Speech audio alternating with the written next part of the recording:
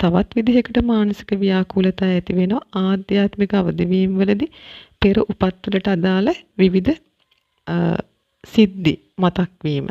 මෙවැනි දේවල් ඔවුන් දන්නේ නැහැ මොකක්ද කියන එක. නමුත් ඔවුන්ට දැනෙනවා ඒ විවිධ සිද්ධි වලට අදාළ බය, දුක මෙවැනි දේවල්. ඉතින් සමහරවිට පාරේ දුවන්න පුළුවන්. ඒ වගේ දේවල් වෙන කට්ටිය ඉන්නවා. ඒගොල්ලන්ට මේ මොහොත මොකක්ද කියන එක මතක නැහැ. සමහරවිට තමන් එක්ක ඉන්න පිරිස ගැන තියෙන ඒ සම්බන්ධතා මතක නැහැ.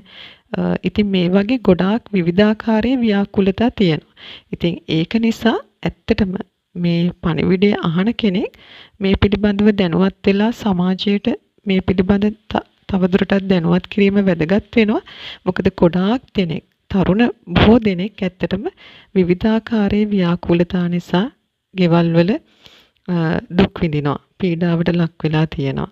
ඉතින් මේක ගැන හරි අවබෝධයක් සමාජයට ලබා දීම ඉතාමත් වැදගත්. මේ වෙන්නේ මොකක්ද? මේ කාලය තුල සිද්ධ වෙන දේ පරිවර්තනවලදී තමන්ගේ ශරීරයට ජීව විද්‍යාත්මකව ඒ වගේම මනෝවිද්‍යාත්මකව සිද්ධ වෙන දේ ආධ්‍යාත්මිකව සිද්ධ වෙන දේ මේ පිළිබඳව දැනුවත් වෙන්න දැන් ඔයාලට කාලය ඇවිල්ලා තියෙන්නේ. ඉතින් මිනිස්සෙක් විදිහට උපත ලැබපු මේ වටිනා අවස්ථාව මගහැර ගන්න නැතුව තමන්ගේ ජීවිතය රැක ගන්න, නිරෝගීව ජීවත් වෙන්න, ඒකම තමන්ට නිවන් දකින්න අපේක්ෂාවක් තියෙනවා ඒ සඳහාත් කටයුතු කරන්න තියෙන අවස්ථාව මගහැර ගන්න එපා. ඉතින් මේ පිළිබඳව මම විවිධ වැඩසටහන් YouTube channel එකේ දීර්ඝ විස්තර කරලා තියෙනවා.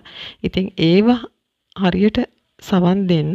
එතකොට ඔයාලට පැහැදිලි වෙයි මොන විදිහටද ඔයාලගේ ජීවිතය ගත කරන්න ඕන කියන එක.